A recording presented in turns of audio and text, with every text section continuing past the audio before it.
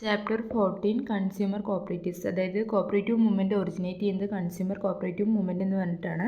അതുപോലെ തന്നെ ലൊക്കാലിറ്റി അല്ലെങ്കിൽ particular class, law and middle income ഗ്രൂപ്പുകളിൽ ബിലോങ് ചെയ്തിട്ടാണ് അവർക്ക് വേണ്ടിയിട്ടുള്ളതൊക്കെ ഓർഗനൈസ് ചെയ്തിട്ടാണ് കൺസ്യൂമർ സൊസൈറ്റീസ് കൊണ്ടുവന്നിരിക്കുന്നത്.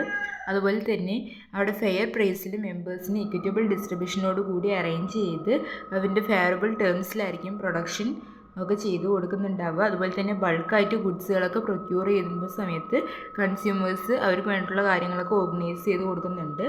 പിന്നെ നീഡ്സ് ആണ്, അഡ്വാൻറ്റേജസ് ആണ്. അതായത് റീസണബിൾ പ്രൈസിൽ അവർക്ക് സപ്ലൈ ചെയ്ത് കൊടുക്കുക. അതുപോലെ തന്നെ പ്രോപ്പർ വെയിറ്റ് ആൻഡ് മെഷറിൽ അവർക്ക് ഗുഡ്സുകൾ സപ്ലൈ ചെയ്യുക. അതുപോലെ തന്നെ പ്യുവർ ആൻഡ് ക്വാളിറ്റി ഗുഡ്സുകളിൽ ആയിരിക്കണം സപ്ലൈ ചെയ്യേണ്ടത്. നല്ല ക്വാളിറ്റി ഗുഡ്സ് ആയിരിക്കണം.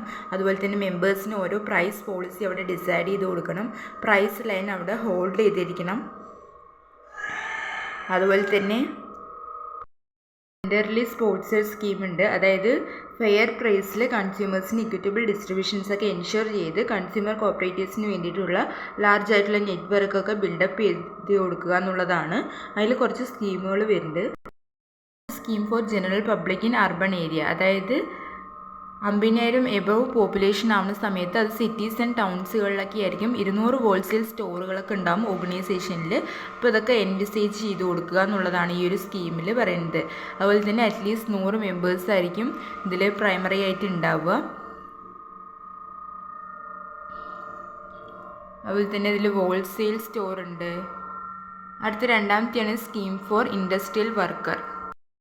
സ്കീം ഫോർ ഇൻഡസ്ട്രിയൽ വർക്കർ എന്ന് പറഞ്ഞു കഴിഞ്ഞാൽ അവിടെ കൺസ്യൂമർ സ്റ്റോറുകൾക്ക് വേണ്ടിയിട്ടുള്ള ഫിനാൻഷ്യൽ അസിസ്റ്റൻസുകൾ ഗിവ് ചെയ്ത് കൊടുക്കുക. അതുപോലെ തന്നെ 300-ൽ കൂടുതൽ വർക്കേഴ്സ് ഉണ്ടാവും, എംപ്ലോയ് ചെയ്യുന്നുണ്ടാവും. അവർക്ക് പബ്ലിക് ആൻഡ് പ്രൈവറ്റ് അണ്ടർടേക്കുള്ള എല്ലാ ഇൻഡസ്ട്രിയൽ വർക്കേഴ്സിന് വേണ്ടിയിട്ടുള്ള കാര്യങ്ങളൊക്കെ ഓർഗനൈസ് ചെയ്ത് കൊടുക്കുക എന്നുള്ളതാണ് രണ്ടാമത്തെ സ്കീമിൽ. മൂന്നാമത്തെയാണ് സ്കീം ഫോർ ഗവൺമെൻറ് എംപ്ലോയീസ്. അതായത് മിനിസ്ട്രി ഓഫ് ഹോം അഫെയർസും ഗവൺമെൻറ് ഓഫ് ഇന്ത്യയും ഓർഗനൈസ് ചെയ്യുന്ന സ്കീമാണ്. അതുപോലെ തന്നെ ഹോൾസെയിൽ സ്റ്റോറുകളായിരിക്കും. അതുപോലെ തന്നെ ന്യൂഡൽഹിയിലായിരിക്കും, ഈ ഒരു സിറ്റിയിലായിരിക്കും ഈ ഗവൺമെൻറ് എംപ്ലോയീസുകൾ വർക്ക് ചെയ്യുന്നുണ്ടാവുക. ഹോൾസെയിൽ സ്റ്റോറിൽ തന്നെ 31 ബ്രാഞ്ചുകളായിരിക്കും ഉണ്ടാവുക. നാലാമത്തെ സ്കീം ഫോർ റൂറൽ പോപ്പുലേഷനാണ്.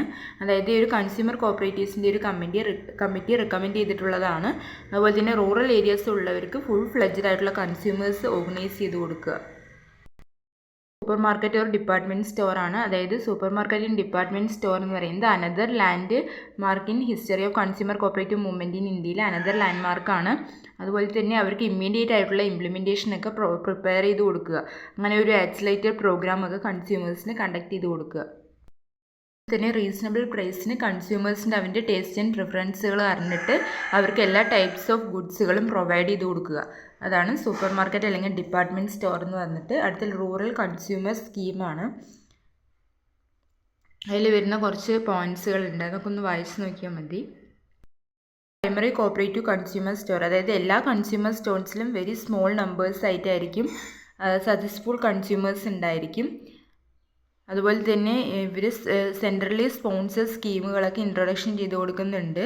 അതുപോലെ തന്നെ ഈ ഒരു കൺട്രിയിൽ തന്നെ അവൻ്റെ ഓർഗനൈസേഷൻ ജനറൽ പാറ്റേൺ ഓഫ് ഓർഗനൈസേഷൻസൊക്കെ കൺസ്യൂമർ മൂവ്മെൻറ്റ് ഇൻവോൾവ് ചെയ്ത് കൊടുക്കുന്നുണ്ട്.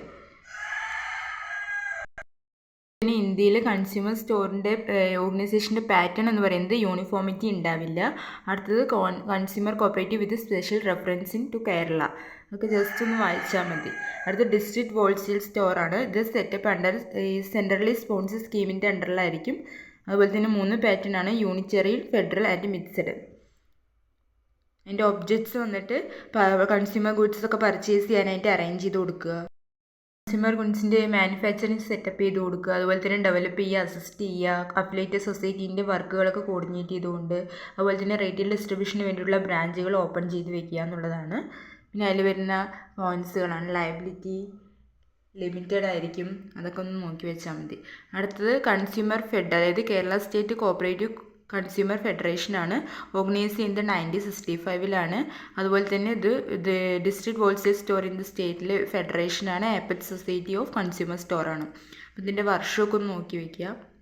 പിന്നെ ഇതിൽ വരുന്ന ഒബ്ജക്ട്സുകളാണ്: ടെക്നിക്കൽ ഗൈഡൻസ് അല്ലെങ്കിൽ അതർ അസിസ്റ്റൻസ് അഫിലിയേറ്റഡ് സ്റ്റോറിൽ പ്രൊവൈഡ് ചെയ്യുക. അതുപോലെ തന്നെ മാനുഫാക്ചറിങ് അല്ലെങ്കിൽ പ്രോസസ്സിങ് യൂണിറ്റ്സുകളൊക്കെ റണ്ണപ്പ് ചെയ്ത് എസ്റ്റാബ്ലിഷ് ചെയ്യുക എന്നുള്ളതൊക്കെയാണ്.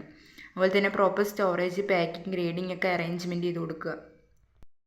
NCCF ആണ് നാഷണൽ കോപ്പറേറ്റീവ് കൺസ്യൂമർ ഫെഡറേഷൻ. അത് apex organisation of consumer cooperatives ആണ്. All the state federation of consumer cooperatives ആണ് 1965 ഇത് ഓർഗനൈസ് ചെയ്യുന്നത്. പിന്നെ അതിൽ വരുന്ന ഒബ്ജക്റ്റീവ്സ് ഒക്കെ വായിക്കുക. അതായത് കൺസ്യൂമർ കോപ്പറേറ്റീവ്സിൽ വർക്ക് ചെയ്യുന്നതൊക്കെ ഫെസിലിറ്റേറ്റ് ചെയ്യുക, അസിസ്റ്റ് ചെയ്യുക, ഇമ്പോർട്ട് എക്സ്പോർട്ടൊക്കെ കൺസ്യൂമർ ഗുഡ്സിൻ്റെ അറേഞ്ച് ചെയ്യുക, അങ്ങനെയുള്ള കാര്യങ്ങളാണ്. ജസ്റ്റ് ഒന്ന് വായിക്കുക. പ്രൈസ് പോളിസിയാണ്. ഇത് ഇമ്പോർട്ടൻ്റ് ആണ് കേട്ടോ, 3 മാർക്കിനൊക്കെ ചോദിച്ചിട്ടുണ്ട്. അപ്പോൾ ഈ ഒരു പ്രൈസ് പോളിസി എന്ന് പറയുന്നത് ബിസിനസ് ഇൻസ്റ്റിറ്റ്യൂഷനിൽ സക്സസ് ആവും ഫെയിലർ ആവാനുള്ള ഒരു ഇമ്പോർട്ടൻറ്റ് പാർട്ടാണ്. അതായത് മാർക്കറ്റ് പ്രൈസിനേക്കാൾ ലോവറായിട്ടോ അല്ലെങ്കിൽ മാർക്കറ്റ് പ്രൈസിനായിട്ടോ കൂടുതലായിട്ടോ ഒക്കെ ആയിരിക്കും ഗുഡ്സുകൾ സെല് ചെയ്തിട്ടുണ്ടാവുക സ്റ്റോറിൽ. കമ്പാർട്ട്മെൻറ്റ് സിസ്റ്റമാണ്. അതായത് ഇത് ഫോളോ ചെയ്യുന്നത് ഹോൾസെയിൽ കൺസ്യൂമർ സ്റ്റോർ തന്നെയാണ്. അതുപോലെ തന്നെ എവറി ഡേ ഇതിൽ രജിസ്റ്റർ ചെയ്ത് കൺസേൺ ചെയ്തിട്ടുണ്ടാവും ഗുഡ്സുകളൊക്കെ. അപ്പോൾ എല്ലാ ബ്രാഞ്ചുകളിലും ഈ ഒരു സെപ്പറേറ്റ് ആയിട്ടായിരിക്കും സ്റ്റോക്ക് രജിസ്റ്ററൊക്കെ മെയിൻറ്റെയിൻ ചെയ്യുന്നുണ്ടാവുക. അതിൽ പ്രോബ്ലംസ് ഡിഫക്ട്സുകളൊക്കെ ഉണ്ട്. അതായത് ഫിനാൻസ് ഒക്കെ ഇൻഡിക്കേറ്റ് ആവുന്ന സമയത്ത്, പർച്ചേസ് പോളിസി ഡിഫക്റ്റീവ് ആവുന്ന സമയത്ത്, അതിൻ്റെ കുറവ്, അതുപോലെ തന്നെ സെയിൽസ് പോളിസി ഡിഫക്റ്റീവ് ആവുന്ന സമയത്ത്, മാനേജറിയൽ ഡെഫിഷ്യൻസി ആവുന്ന സമയത്ത്, കോസ്റ്റ് ഓഫ് മാനേജ്മെൻറ്റ് കൂടുമ്പോൾ, അതുപോലെ തന്നെ കോർഡിനേഷൻ ഡിഫറെൻറ്റ് ടയേഴ്സിൻ്റെ കോർഡിനേഷൻ കുറയുമ്പോഴൊക്കെ ഈ കൺസ്യൂമർ സ്റ്റോർസിന് ഒരു ഡിസഡ്വാൻറ്റേജസ് ആണ്.